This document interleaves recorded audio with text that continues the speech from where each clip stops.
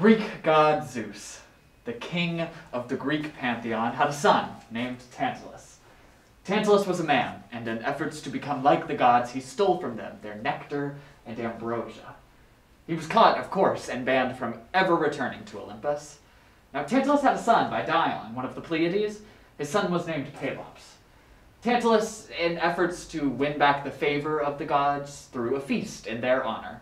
At this feast for the gods, Tantalus, to try and test their wisdom, killed his son Pelops, and butchered him, and cooked him, and served him to the gods. Served his son to them. Now, Tantalus was punished. He was to spend eternity hungry and thirsty, with food just above him and water just below him, all of it just out of reach. After Pelops was fed to the gods, his sons, Pelops' sons, Atreus and Thyestes, fought one another. It was over a kingdom and over a woman. Atreus was made king of Mycenae and married to Erope, who loved Thyestes instead. When Atreus found out about this betrayal, he killed two of the sons of Thyestes, and butchered them, and cooked them, and fed them to their father.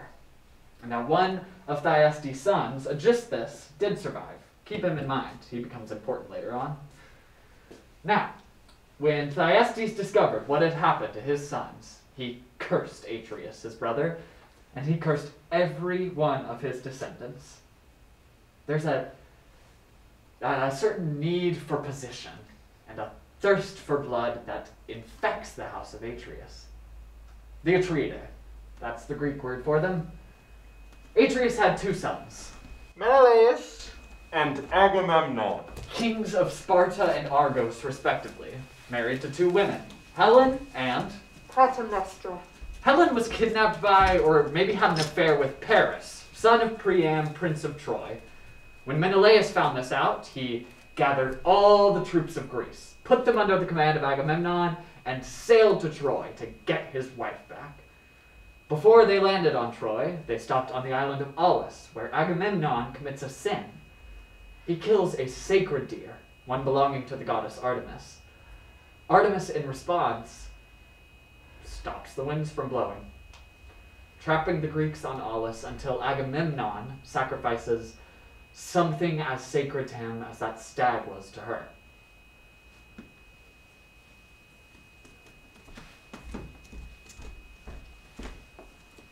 You called, sir?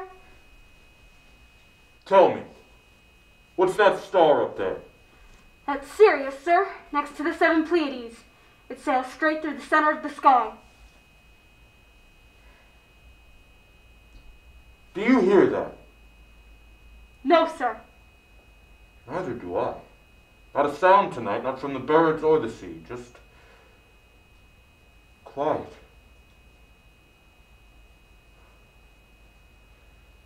I envy you. You want to know why? If you would tell me, sir, then yes, sir. You're not burdened with authority. You're not in a position to make decisions. You get to take orders and do as you're told. You don't have to weigh the balance of every choice you make. You don't have to decide what the cost of victory is. There are choices men make in life from which there are no return. Choices that stick with you like a splinter lodged in your thumb, and all you can do is dig down into your own flesh, hoping you can wrench it out. Sometimes the decisions that haunt us aren't even the ones we make. No, sometimes it's your father's decision, or his father's. Maybe one of your ancestors stole from under the nose of some god, and all because of a choice. A decision made long before you were even a twinkle in someone's eye. Everything you do is tainted. I have a letter. Here. Take it. Yes, sir. Who's it for? My wife, Clytemnestra. Tell her our child's wedding will have to wait. Tell her not to send Iphigenia. Isn't it a bit late to change your mind? What did you say? Sir, you swore to the men that you'd do it. Take the letter. Why should we risk our lives then? Watch your tongue. Take the letter. A sacrifice has to be made, sir. I said! Take the letter.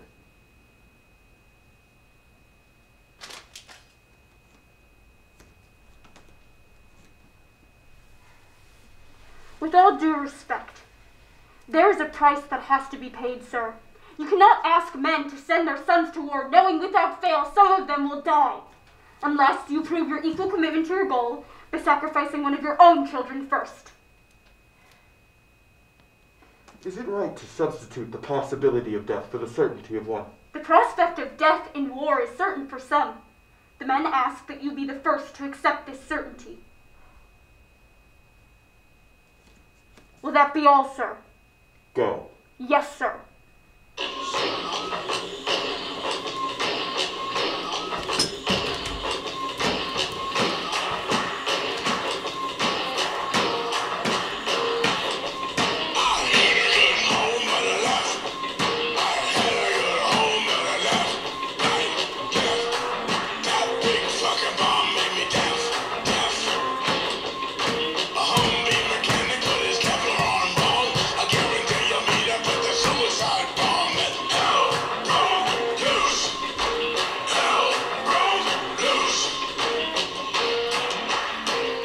What is this? It's a letter. It's a knife in the back, it's what it is.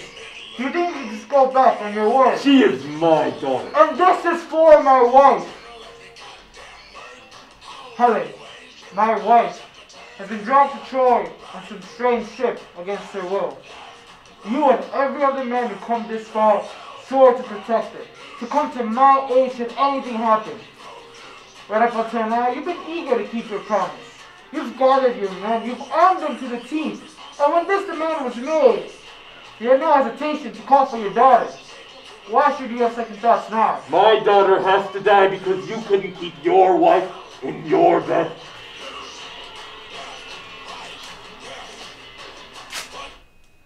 Be a man. Incapacity doesn't suit you. I can't say this is much of a surprise.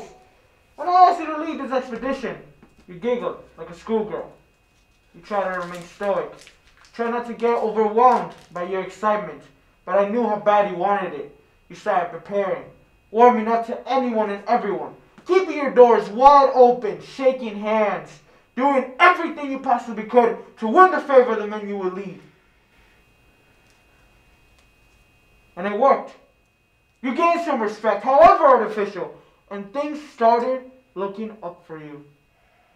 And then when you had all the admiration and power you so wanted, what did you do? You turned cold. All of a sudden, you were too great a man to even look at the common people. Is it any wonder, as soon as you arrive there at Aulis, you become nothing? You're nobody, Agamemnon. Clytemnestra will be here soon. So will Iphigenia. You know what you have to do.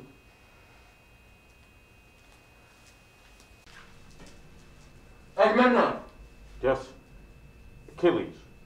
I understand a wedding party is on its way, Yes. and I'm to be the groom.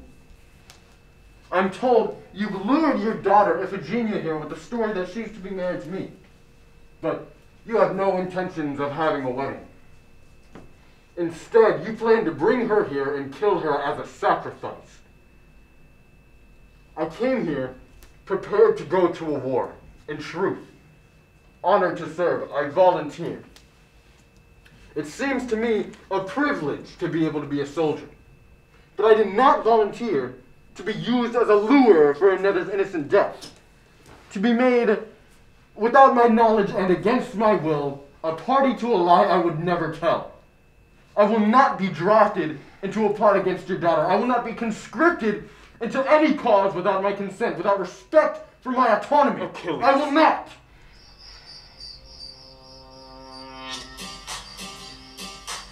Regardless, I did not come here to lecture you on the value of consent. I came to let you know I'm going to tell you exactly what you plan to do when she arrives. You'll do no such thing. Yes. Yes, I will. You made a decision for her. And for your daughter.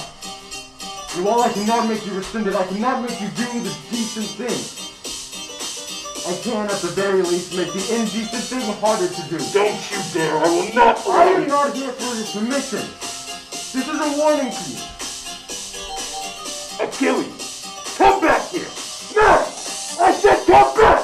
I said come back here! No! No! No! No! No! No!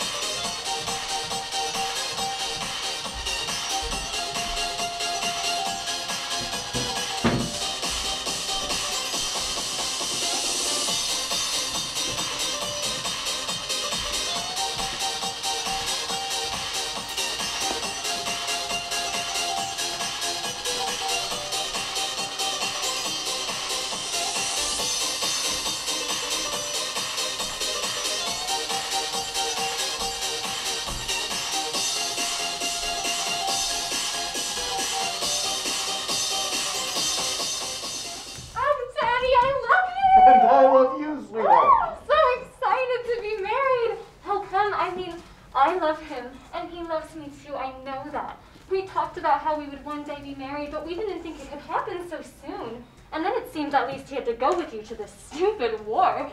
I mean... No. I understand everyone needs to do it. Yes. But to be married before he goes, oh God, thank you, Daddy, I'm so happy. Yes, so am I, my love. Thank you, Agamemnon. You knew this. You knew this is what she wanted and what I wanted for her. And yet you never gave a hint. You kept it to yourself. Thank you, Agamemnon. I'm happy if you're comfortable with the plan, the mother of the bride not having been consulted. I'm overjoyed. Then it was all I hoped for. Then I'm happy. We came as soon as we got your message. Was your trip over? We celebrated all the way. When does it happen, Daddy? Whenever you're ready, my love. I'm ready now. Then why not today? The wedding will be today. Okay. I need to get dressed. I won't be long. Where can I do that, Daddy? Calm down, sweetheart. There's a spot especially for you and your mother over in my quarters. Let me show you there. I'll join you both soon. I wanted to see your brother, too. Menelaus? His tent is right that way. Let me walk you there. No! I'm sure I can find it myself. Stay with your daughter. She's just giddy. Are you sure? Positive. All right. Okay, honey. This way.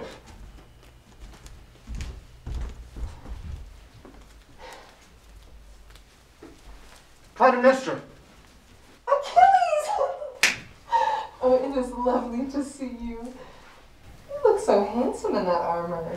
Iphigenia is going to lose her mind when she sees you. It's good to see you too. I'd like I to talk wish to you. that you could have seen that girl when the news came. She didn't know what to do with herself. I wish you could have seen the way she blushed every single time someone said your name on the ship coming over. I'm sure she's a lovely girl, but there's something I need to discuss with you. It's important. Well, what is it? What's going on? It's about your daughter. What do you mean? Agamemnon, your husband, is going to kill her. Do you understand me?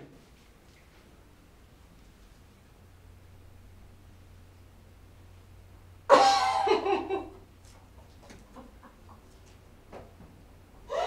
didn't know you could be so funny.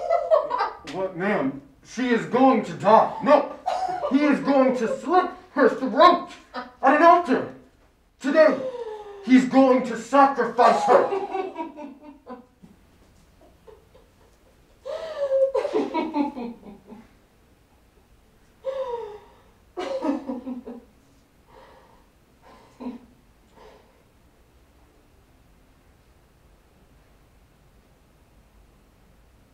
You're not joking. You're serious, aren't you? I'm afraid I am. So there was to be no wedding. None. Why are you telling me this? I have known myself until today. Your husband used me as bait for you to bring your daughter here. Any promised marriage was a lie. I don't understand. It was something to do with the soldiers sailing for Troy. A sort of Token of loyalty given in blood. Is he insane? Why would he even Speak with Agamemnon. You may be better able to reason with him. There has to be something we can do right. He can't just be allowed. There is something we can do. Something you can do. Something that requires courage and great honor. And it may be self-sacrifice. And these are just your qualities, so I'm told. You can marry Iphigenia, and then, as her husband, defend her against her father and against all the others. They will recognize your right. That is what you can do. Marry her. Yes. I don't know. Why not? I don't know that it was ever meant for me to marry. You were meant to be a man known for defending the lives of others. A hero. Now here is a life that needs you. All the other lives you may defend, all those are imagined. But this one now is real. I might defend Iphigenia without marrying. You have no standing to defend her against her father unless you are her husband. I can stand against her father and all the others for what is right. Do you think so? Or would you only agree to consider marriage for me as a special favor to me? And then, if you will marry her, what might I owe you? Anything you could ask. For the rest of my life. Forever. Will you consider it?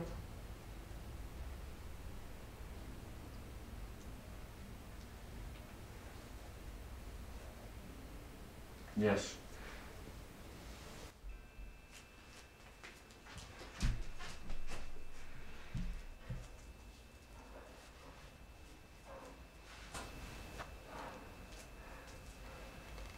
Agamemnon, I'm told there have been no wedding plans. Of course there have. It's just that things have happened so suddenly. We weren't prepared for you to arrive. I'm told you had no intention of having a wedding. That Achilles was used as a lure to bring Iphigenia here.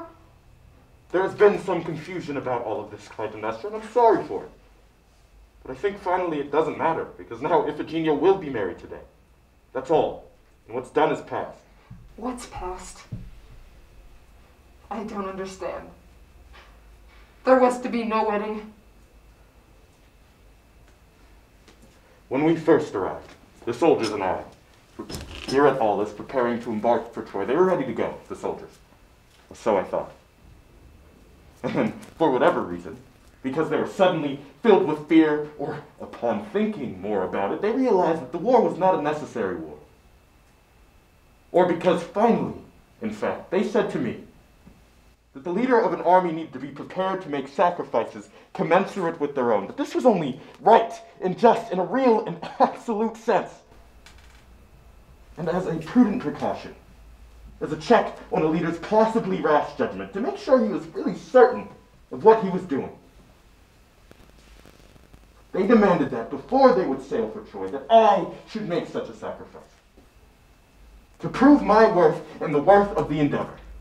A sacrifice? That I should bring myself face to face with what I was asking of them, of the dreadful things I was asking them to do and to have done to them. And so I ought to sacrifice my own child before they would set sail. Your own child? Yeah. Do you mean to kill your own child? Yes. Who would do such a thing? Exactly.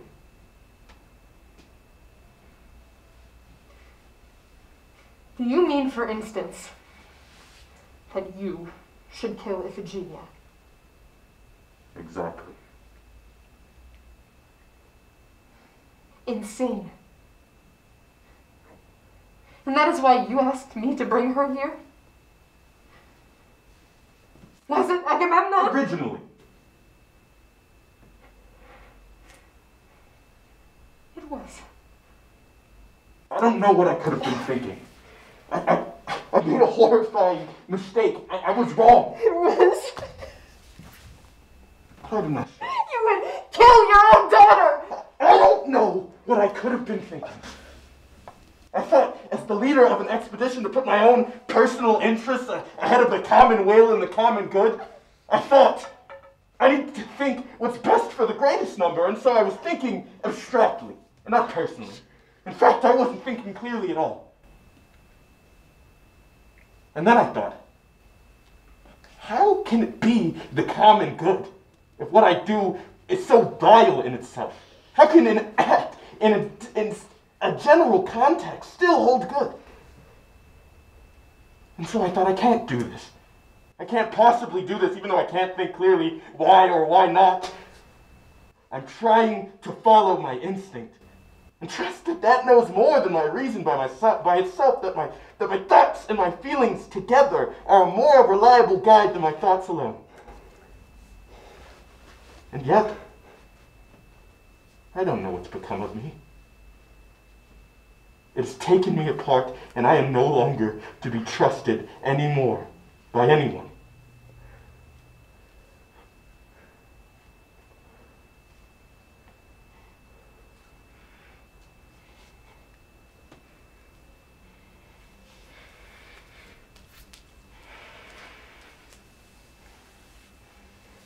We'll leave now. I'll get Iphigenia. I'm not sure that you can leave. Oh, yes, I can. I can leave and never, ever see you again. What I mean to say is, the soldiers have said that they won't let you leave. They can't stop us. I'm told they say that neither you nor Iphigenia will leave here alive if we don't finish what we've begun. No. That can't be. All that will happen now is that your soldiers won't go with you to war. They'll go home too. There is a group determined to continue. What's been set in motion can't be stopped. If that's the case, then you should know. If you kill your daughter, I will murder you. I will tear your hands from your arms and your arms from your shoulders. I will burn the flesh from your body. I will beat your bones to dust. What you have begun will not be finished until you have been pounded back into the dirt. How do I look? Perfect. Iphigenia, your father has made a terrible mistake. These men, the soldiers, have told him they won't go to war with him unless he makes the sacrifice first. Of the same he asks them to make. To sacrifice a life he treasures above all others. And so, when he wasn't thinking clearly, he agreed to entice us to come to Aulis, so that he can make his sacrifice. To sacrifice your life, you mean? Your life. My life? My father to murder me? Yes. You're telling me that my father would murder me? Yes. No. No. I don't know what you mean telling me such a lie. There's no point holding on to your narrative now, Agamemnon. Tell her.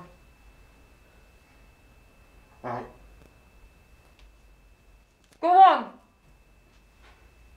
You can't, can you?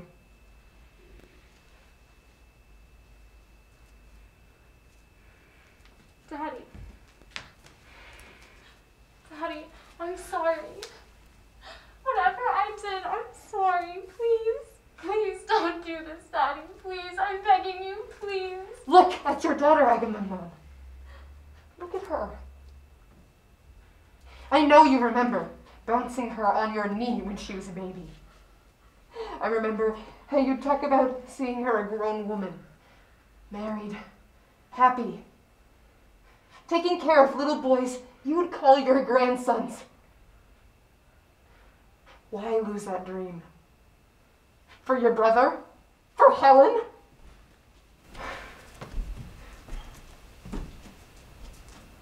I'm sorry. I no longer have a choice.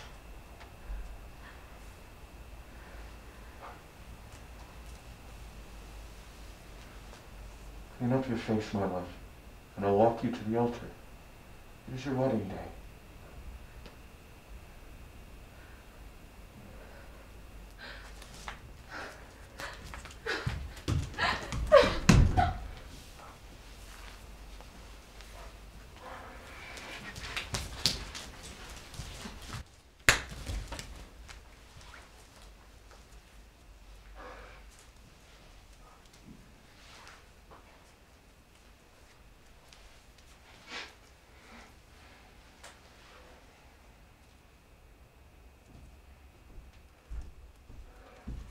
Iphigenia! Mother, it's okay, Mother.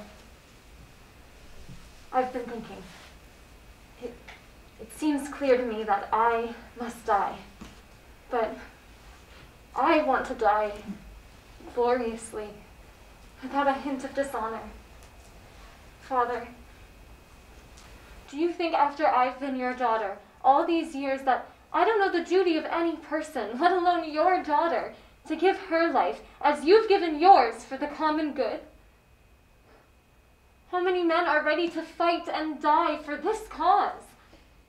Why should my life be of more value than any of theirs? Everything I am, everything I ever could have been is right here, right now. This will be my legacy. Everyone will remember me for what I'm doing here today. No. No, no, no. And you, Achilles, where are you now? Standing there saying nothing! You turn out to be nothing but a coward then? No, Mother. Leave him alone. He is silent because he knows this is the right thing to do. I know it's hard for you, Mother. I'm sorry to make it so difficult for you, but I want you to celebrate my decision not to mourn for me. I want everyone to celebrate because we all know that this is the right thing for anyone to do. And if I could set an example, this is the example I would set. This is what I was meant to do. This is the moment that has been handed to me to have a life that means something. And what do you want? For me to just pass it by and look for something else? Spend 50, 60 years looking for something else that will mean as much and never will, because this was my destiny. And I embrace it. I grab hold of it with both hands, and I will never let it go, because I don't want to be a useless, pointless human being when I have a chance to have had a life that will be remembered forever as an example to everyone who lives on after me. Immortal. More than famous. Immortal. Never to be forgotten. I beg you, Daddy. I beg you to let me do what you would have me do.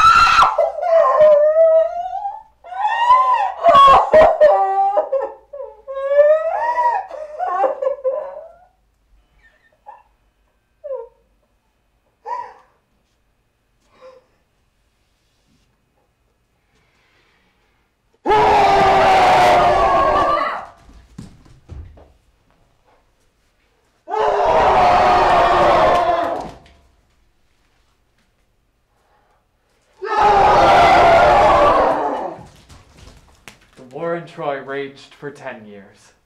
Thousands of Greeks and Trojans died. In the end, the whole city was razed to the ground. Women and children with it. Heroes too. Patroclus, the person closest to Achilles, was killed by Hector, crown prince of Troy.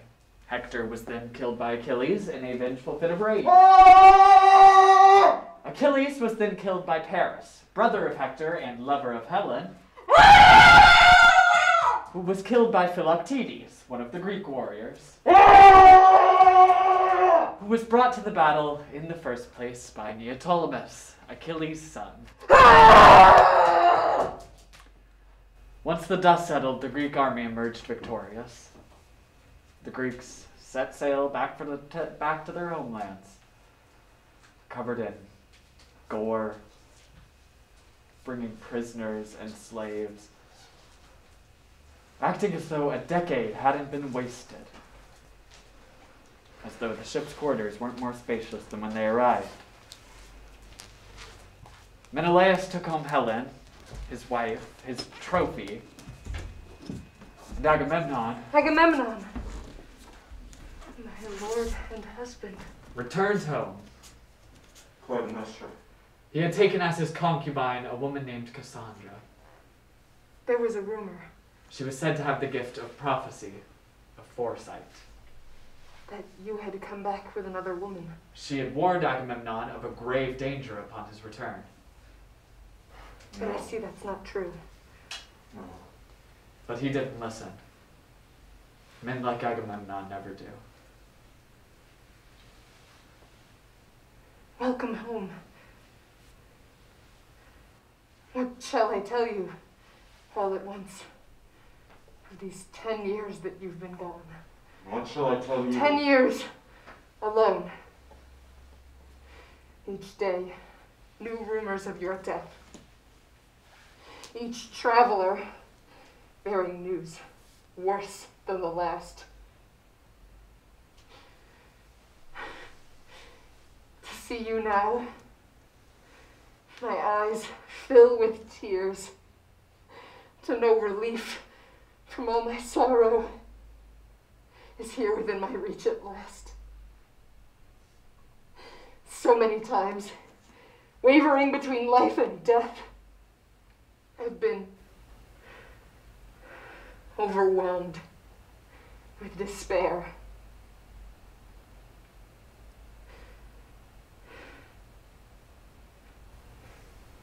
And so, our child is gone, not standing with us on your day of victory. Why do you start? I mean Orestes. Fearing unrest here at home if you did not return, I sent him away, where he would be safe.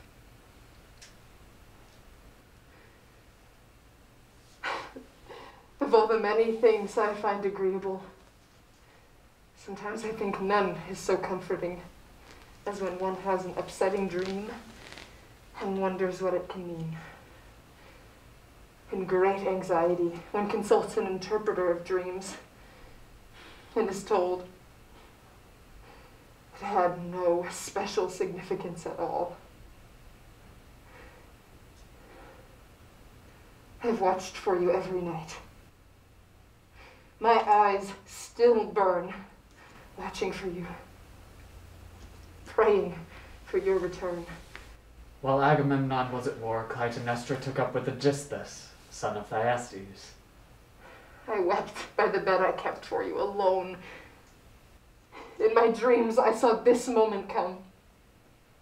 I never let it die. He treated her well. They both carried with them a need for vengeance on the house of Atreus, something each could help the other with. My husband. Come. Come home with me. Come to our bed. Lie with me in my arms forever. But no, wait. Don't put your foot on the naked earth. Come have the honor that is due to you, and come into your home on these tapestries. If Clytemnestra and Aegisthus wanted revenge, they needed an excuse for it. A symbol strong enough to turn murder into justice in the eyes of the gods.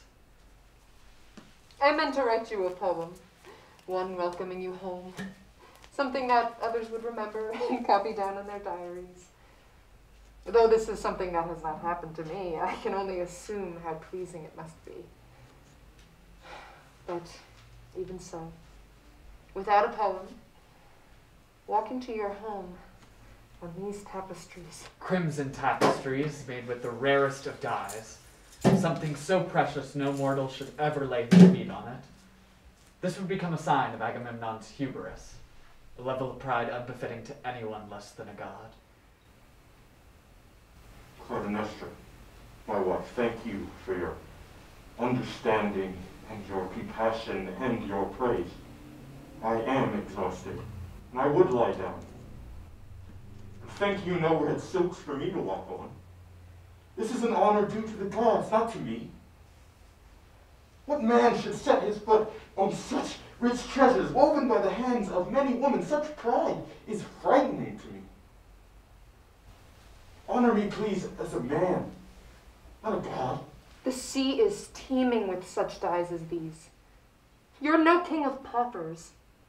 There are scores more silks like these within your house. Thank you. I'd rather come through the door with an easy mind.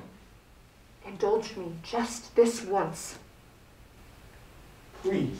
If I should promise to undress you very carefully, give you a bath, wash the dust of travel from your body very slowly. Would you? If I should promise to wash your hair, let you put your head back into my hands, hold you there to rest, You make it hard for me to refuse. bathe your tired eyes with my tongue, Wow. put my tongue in your ear, Really? or up your nostril. You go too far. If the Trojan king had won the war, what do you think he would have done? You might have walked on silk such as these. Will you be humbler than the man you've beaten? I might. Why be so insistent? Does it suit a woman to be so aggressive? Does it suit a man to be so set against even the littlest desire of his wife? I think these red silks suit you. Then, too, does it not suit greatness to accept defeat with grace? And you, so accustomed to being a victor in all things, have had such little opportunity to show this form of magnanimity and accept this honor I would give you. You have the persistence of a great soldier. Yield to me. You, the victor. Give me my victory, too. Since you are so resolved, here, help me. Untie my sandals. If I am to walk across such deep-sea treasures, let me feel it on my skin.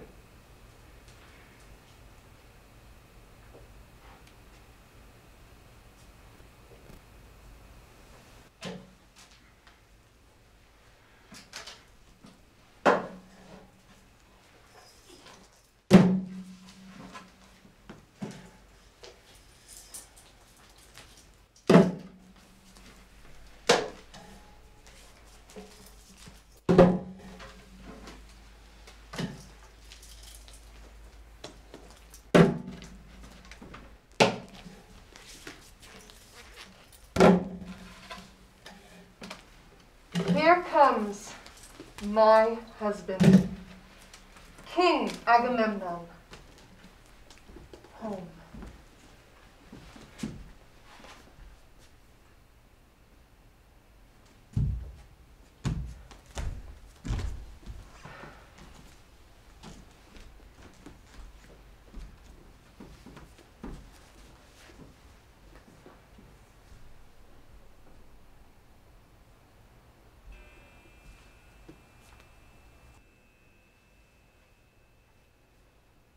Clytemnestra had just thus butchered Agamemnon,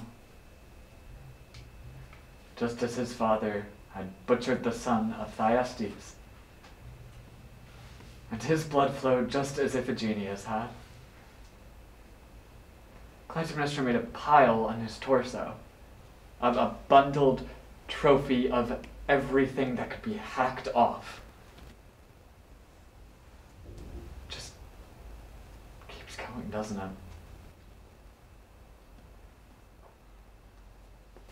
The story of Orestes' return to Argos and the events that followed are probably the most adapted pieces of Greek myth.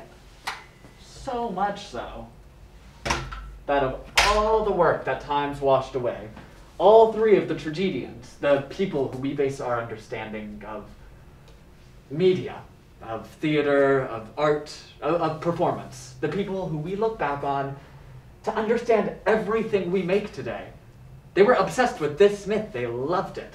Aeschylus, Sophocles, Euripides, each of them have their own takes on these different events, each of them meaning wildly different things. Aeschylus gave us the Orestia, a whole 3-part series about Orestes' return home, and Sophocles and Euripides both gave us plays titled Electra, completely independent of each other. And while there are plenty of major variables in the precise events, Euripides, for example, has Electra married off to a peasant. This happens in no other version of the story, and this peasant just so happens to probably be the most honorable person in the show. This, of course, makes for a fascinating commentary on the Greek caste system, and regardless of all the innumerable variables, there are still a few constants which keep the story coherent, notably the 2 protagonists of the myth. Electra. And Orestes. Children of Agamemnon, set on getting back at their mother for what they had lost. When Electra discovered what had happened to her father, she took Orestes, Agamemnon's only heir, and arranged his escape to be raised by the king of Phocis. Or maybe Clytemnestra exiled her own son, it all depends on the telling. No matter the precise events, Electra was punished for resisting her mother. Now what Clytemnestra and Aegisthus did to the body of Agamemnon, they did to the heart and spirit of Electra. She was stripped of her birthright, flung out like a dead dog, to rot in the sun. Imagine a girl, bald from tearing out her own hair, thin from eating scraps off of her family's table, and bruised from head to toe. And as for Orestes, for the next 10 years, he stayed in Phocis, where he was told all about the death of his father and the blood on his mother's hands and the hands of her lover. He was told over and over by mentors and prophets that he would be the one to lift the generational curse that has rotted his house. So he returned to Argos, his family home, where he might finally seek Justice. vengeance. Where I might seek justice. I went to the oracle of Apollo to find out how I might obtain justice for my father from those who murdered him. The god gave me his reply. You must go by yourself. No weapons, no army. Then use deception. Let your hand steal a slaughter that is just. That is what I heard the oracle tell me. Right now, Pylades, my greatest friend, brings an urn to my mother, filled with ashes which he will tell her are mine. Everyone in Argos will believe Orestes is dead. Hermes, you who guide the soul after death into the underworld, son of Zeus the Most High, Zeus who rights all wrongs, now be your father's son. Right my wrongs. Hear my prayer. This place is my father's grave. A high king's body now lies in the ground as food for the lowest of creatures. Hermes, guide my message to a spirit. I was not there when they killed you. but I am here now. Finally, I have arrived to do what must be done.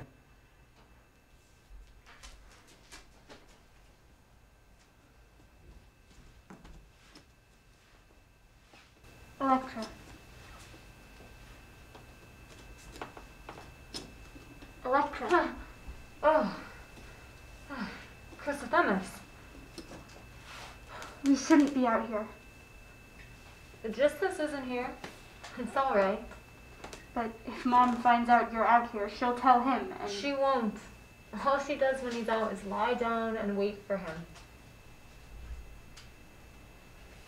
You can sit by me if you want.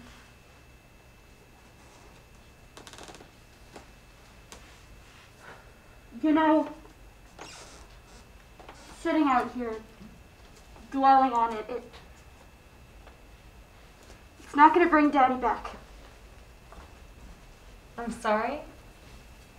I mean, I just mean that maybe it's time to let it go. It's been over a decade. We're women now, and there are lines of men, nice men, who would swim an ocean to marry me, to marry you. What are you? A child? A baby? Did you forget what happened? No, You would have to be to forgive something so heinous. I haven't forgiven anything. Do you think I like living the way we do, the way Mom treats us? Like it's our fault, like I've committed some sort of crime or just this. I don't like any of this, Electra, but you don't see me coming out here to moan about some tragedy that happened before I could tell you what tragedy was.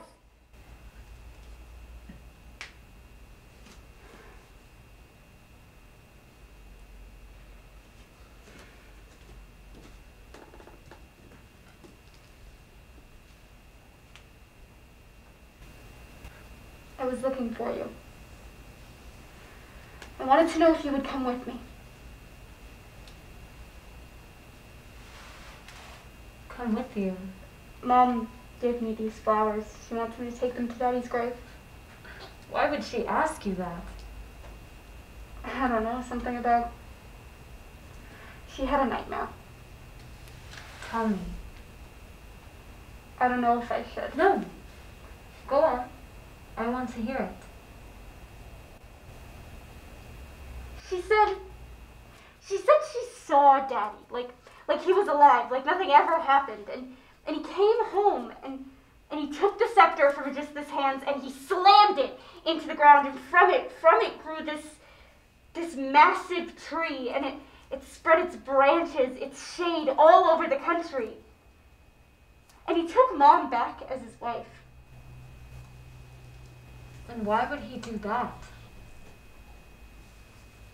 I don't know. It's a dream. It doesn't have to make sense. Huh. It's an omen. From the gods themselves. Chrysothemis.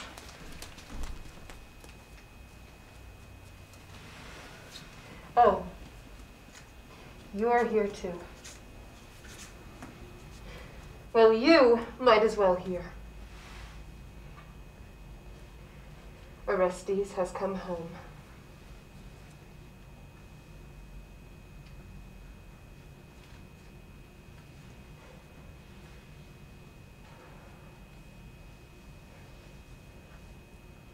May neither of you ever know what it is to lose a child.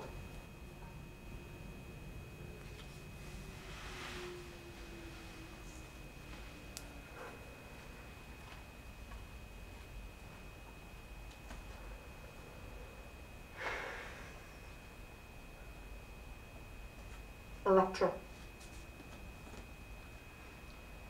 I know you're in pain. I know you're suffering. We are your family. Chrysothemis, myself, Aegisthus. That murderer is not my family! Let me speak. Listen when your mother speaks. You come out here and you bemoan your father. You weep for him and you pray for his soul. I've heard you over and over again, mourning someone you never truly knew. Someone capable of far worse things than you can imagine, Electra. If you'll call my husband a murderer, then recognize your father as the worst of all. You know what he did? The murder of your poor sister. A child. His child. And he did it of his own accord. He had no choice. Yes, he did. Don't you dare say otherwise. It was Menelaus' war. He has 2 children of his own. Why did it have to be one of mine?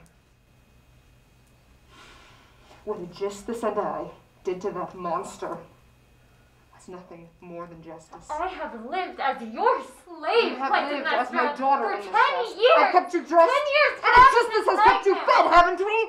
Anything else is a luxury. One you haven't earned. One you refused when you sent your brother into exile. When you took my baby boy from me. Aegisthus was going to Do not kill speak him. of my husband in that way! He would never. He's a just man. He's a murderer. Watch your mouth. He's right about you. The way you speak to me. Your mother. At your age. It's disgraceful.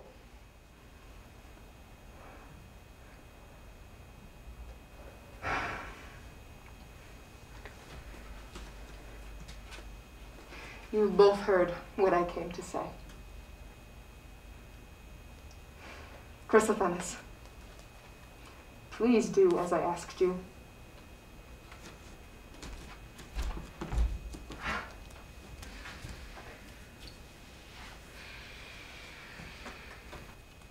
He wants to get rid of you, you know. Aegisthus. He's always wanted to. But he has a plan now. He wants to marry you off to some poor man from the country, a peasant. He's afraid of you, Electra. You would let that happen to me? Never. But there's nothing I can do about it. I'm sorry. No, wait. There is something you can do. Something we can do. I have a plan. I've been thinking about this for a long, long time. There's no one left who can help us. We're alone. I've spent day in and day out waiting for Orestes, hoping that I'd hear some sort of good news and he'd come back and save us, but he's gone. So the only person I can ask for help now is you. My sister. I need you to be strong for me, work with me, and we can kill Aegisthus. We can kill that murderer. Electra. No, please, hear me out just for a bit. All the comforts you have, you only have because you've stayed quiet. You've never said anything against them. You've kept silent while the same bile that fills me festered inside of you. How much longer can you live like that? How do you think you'll get away from here? Marriage? Aegisthus isn't a stupid man. He wouldn't let you have that. Not with anyone you'd like, anyhow. It'd be a threat to him if he did. So do this with me. If not for me, then for your father and for your brother, and then you'll be free, as you were meant to be. And you'll have the kind of marriage you dream about. There's not a man on earth who wouldn't want a girl so virtuous and honorable. Everyone will know who we are. Everyone will cheer your name. People will hold whole festivals in your honor, Chrysothemis, so please help me. We can put an end to all of this. We're the only ones left who can.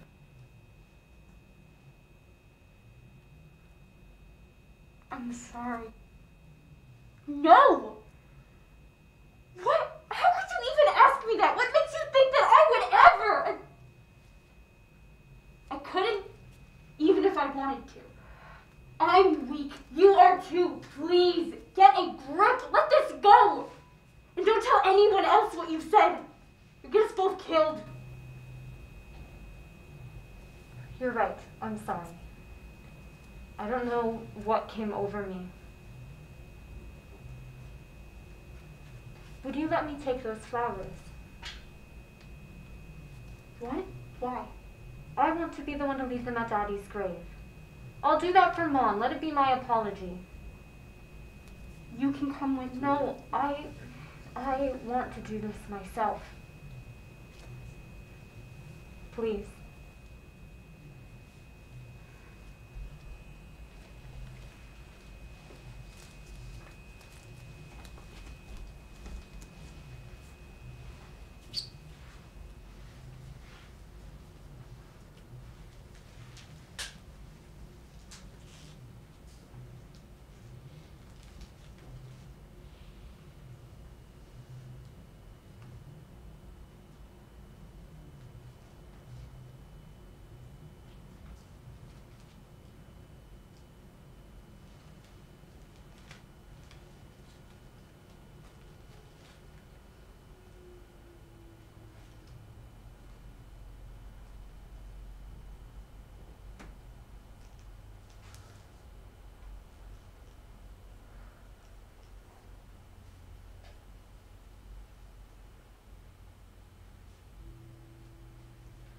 How can this evil allow moderation?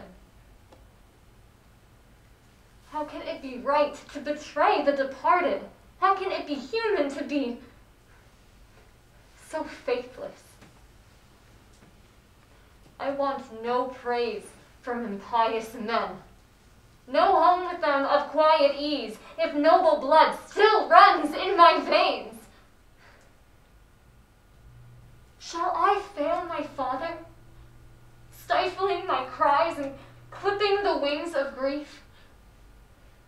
Must his corpse in the ground wretchedly waste away, feebly count for nothing? Must his killers gloat, never to pay with blood for blood? One of the most fascinating variables, I think, is the moment Electra realizes she's talking to her brother. The tragedians over and over again do their best to explain logically what happened. Aeschylus has Electra finding a lock of hair on her father's grave, which looks like hers, finding a series of footprints which also look like hers, following them until it leads to Orestes hiding away. Euripides, with his talent of subversion, has Electra completely rejecting any of those ways, and even picking them apart, asking what use the hair would be. Anyone can have hair like hers. Or the footprints. Orestes had been gone a decade and become a grown man. Why would their footprints be the same? And so she has her old servant prove it. And he does, by pointing out a scar on his forehead Orestes had gotten when he was a child chasing a fawn. Sophocles has Orestes testing her dedication, asking if she would really do what they needed to do.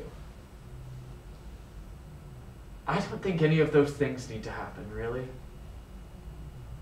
I think that there are people in this world that we recognize, no matter how far or how long it's been. There are people we hope all our lives that we see again. And we know when we finally do.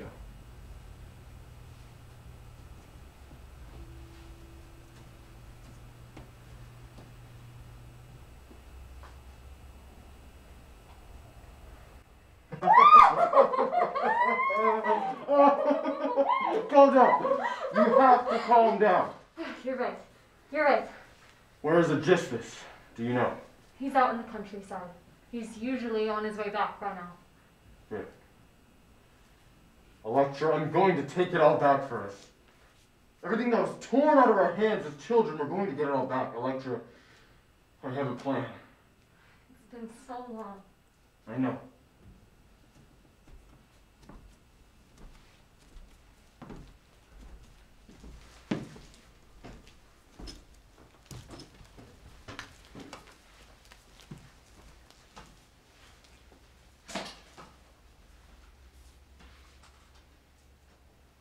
Do I have the honor of speaking with the king of this land, Aegisthus, son of Thyestes? I suppose you do. How can I serve you, young man? I cannot begin to tell you what great pleasure it brings me to finally see you in person. I'm sure. Do I know you? If you're asking whether or not we've met, I can say we have.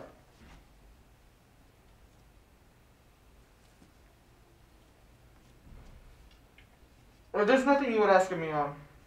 I should be going. Has something happened? I've received some saddening news.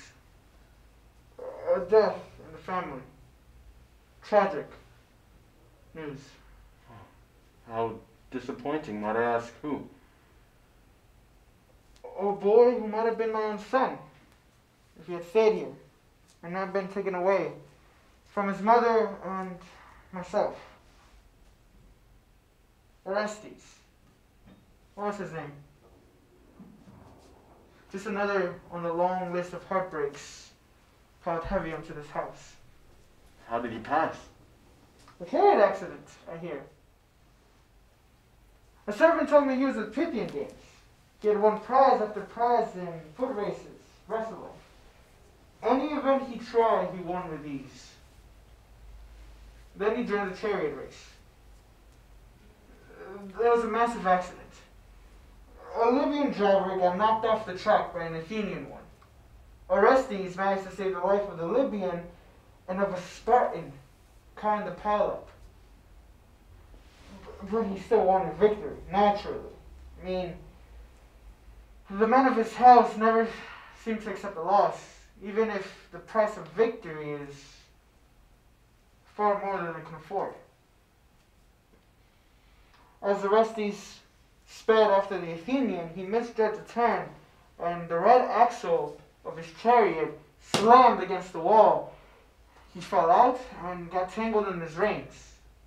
And then he was just crushed by his horses and his chariot. When they recovered the body, they kind of identified him.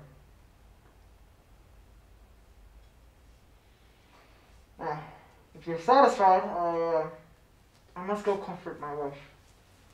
I'm surprised. I hadn't expected this news to afflict you with anything but joy. What? The death of the son of the man you usurped, the man you murdered. I imagine you cheering. After all, that's one less threat to you. Young man, watch your mouth or I will have you hacked to pieces for my viewing pleasure. Why not do it yourself? Excuse me? Go on. Secure the throne you stole. I am Orestes, son to the rightful king Agamemnon. I have come here to seek justice for his murder at your hands, Aegisthus, son of Thyestes.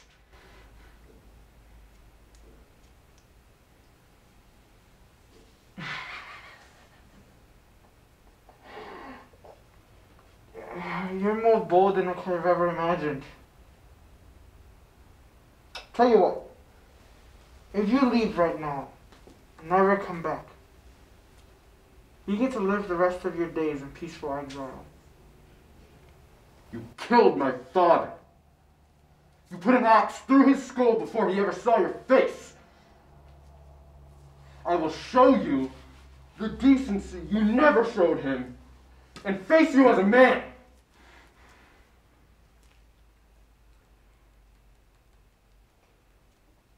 Your grandfather, Atreus, killed my brothers, his nephews, and fed them to their father.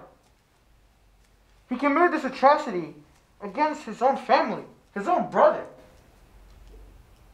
My father, Thyestes, cursed his house, your house, for this crime. Remember that your father murdered your own sister, his own child, just so he can go to war. Your father was a killer, begotten by killers. When I helped your mother murder that man, I gained justice for my brothers and for your sister. Now, I'll give you one more chance. leave. Forget any delusion that you're here to avenge some hero. What's done is done. Alright? Justice is done. Now let there be peace.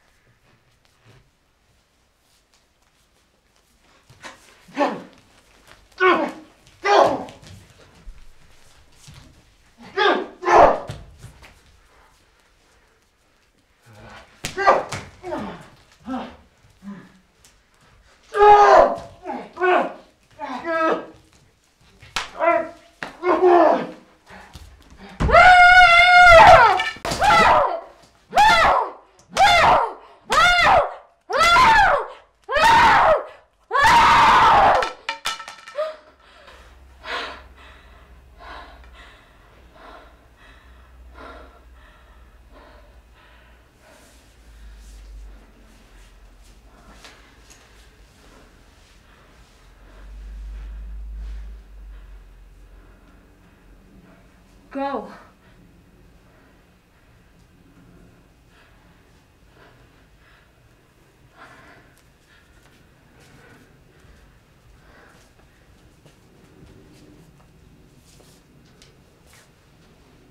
It just keeps going, doesn't it? Tragedy after tragedy. There's this idea that blood demands blood, that there is no appropriate amount of payment for blood spilled, no matter how long ago, except for more blood. Seems like an excuse, doesn't it? Is it just me? Some monster decides to set off a bomb, and 20 years later, some kid who isn't even a thought in a mother's head yet, he has to lose his leg if he's lucky. It all just gets so out of hand, and not a soul involved in knocking over that first domino is ever there to see the last one fall. If there is a last one. And here we have these stories, these histories, where we see the same consequences as a result of the same actions and the same pursuits and the same and the same and the same and this. There's that writer, you know it? If you can't remember the past, you'll do it over. Those who cannot recall the past are condemned to repeat it. That's George Santayana, Spanish writer, not Greek, still Mediterranean, but what if we're condemned anyway? What if we study the past as intensely as we can, and we remember it more than we can remember the present? And that's all there is. Just this cycle. Blood for blood. Blood is the price, and blood is paid. It just keeps going, doesn't it?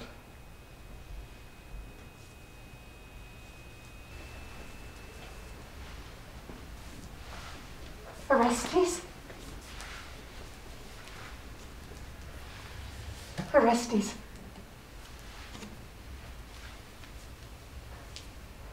My son. Oh, my son. I thought you were dead.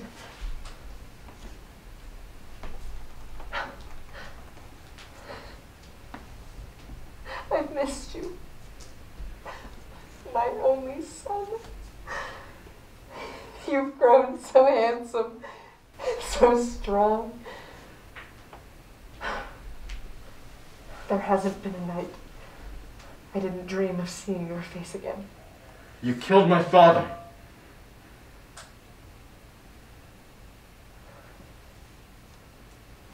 I did.